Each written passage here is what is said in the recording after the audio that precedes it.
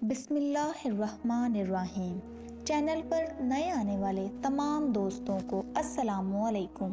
دوستو، آج ہم یہودیت کی جس سیاہ ترین پہلو پر بات کرنے جا رہے ہیں وہ ہے یہودیت میں عورت کا مقام اور اس کے ساتھ برتا جانے والا سلوک۔ یہودیت کے معاشرتی نظام پر اگر نظر ڈالی جائے تو معلوم ہوتا ہے کہ ان کے ہاں عورت کا مقام نہایت ہی پست ہے، اور اس کی وجہ عورت کو لے کر یہودیوں کا بنیادی نظریہ ہے، جس کے مطابق حوا نے آدم کو ممنوع پھل کھانے پر اکسایا اور اسی وجہ سے دونوں جنت سے نکالے گئے۔ اسی گناہ کی پیدائش میں عورت کو مرد کی غلامی، حیض جیسی ناپاکی اور حمل کے درد کی سزا ملی۔ یہودیت کی مذہبی کتابوں میں یہ بات واضح طور پر درج ہے کہ عورت ایک ازلی گناہگار ہے، جس کی سزا میں اسے حمل کے دوران بے تحاشا درد سہنا پڑتا ہے، اور اسی گناہ کی وجہ سے عورت ہمیشہ ہمیشہ کے لیے مرد کی حکومت میں دے دی جاتی ہے۔ یہودی معاشروں میں عورت کی حیثیت کچھ یوں بیان کی جاتی ہے جیسے گھوڑا اچھا ہو یا برا، اسے ایڑ لگانے کی ضرورت ہوتی ہی ہے، اسی طرح عورت اچھی ہو یا بری،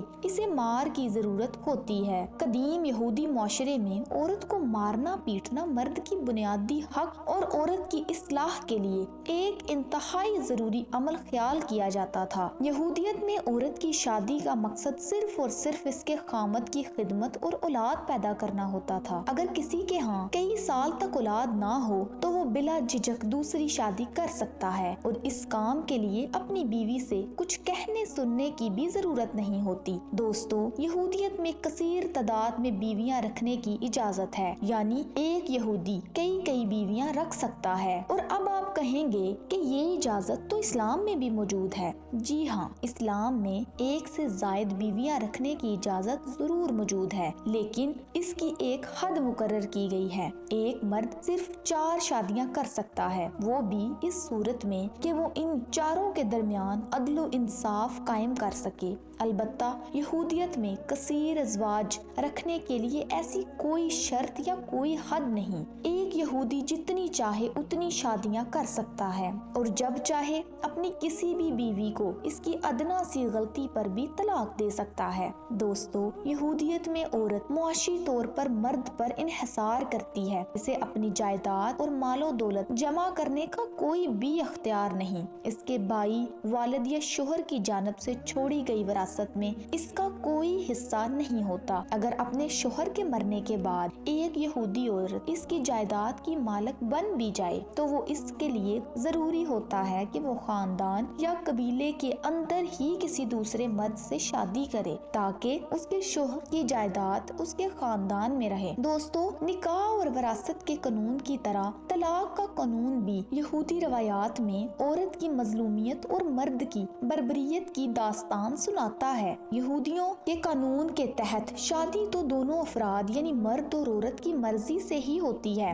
البتہ اس کے خاتمے کا حق صرف مرد کو حاصل ہے۔ یہودیت میں یہ معاہدہ ختم کرنے کا حق عورت کو حاصل نہیں، چاہے اس کا مرد اسے نان و نفقہ دیتا ہو یا نہیں دیتا ہو، اس کی دیگر حقوق پورے کرتا ہو یا نہ کرتا ہو، یا پھر سالوں سال اسی دور ہے شادی کے بندھن میں بندھی یہودی عورت اس سے طلاق کا مطالبہ نہیں کر سکتی۔ یہ کسی بھی یہودی عورت کو طلاق یا خلا حاصل کرنے کے لیے اپنے شوہر سے ایک مذہبی دستاویز کی ضرورت ہوتی ہے، جو اگر اس کا شوہر اسے نہ دے تو زندگی بھر کسی دوسرے مرد سے شادی نہیں کر سکتی۔ ایک اندازے کے مطابق یہودی معاشرے میں ہزاروں ایسی عورتیں ہیں جن کی شادی شدہ مشکلات کی شکار ہے، لیکن شوہر کی طرف سے طلاق دینے کے انکار کی وجہ سے وہ اپنی زندگی تنہائی میں گزارنے پر مجبور ہیں۔ یہودی معاشرے میں ایسی عورتوں کو انگونا کہا جاتا ہے، جس کا مطلب ہے زنجیروں میں جکڑی ہوئی عورتیں۔ قدیم زمانہ میں انگونا جیسی خاتون کو کہا جاتا تھا جس کا شوہر کسی جنگ میں چلا جاتا تھا اور پھر کبھی واپس نہیں آتا تھا۔ اس کے بارے میں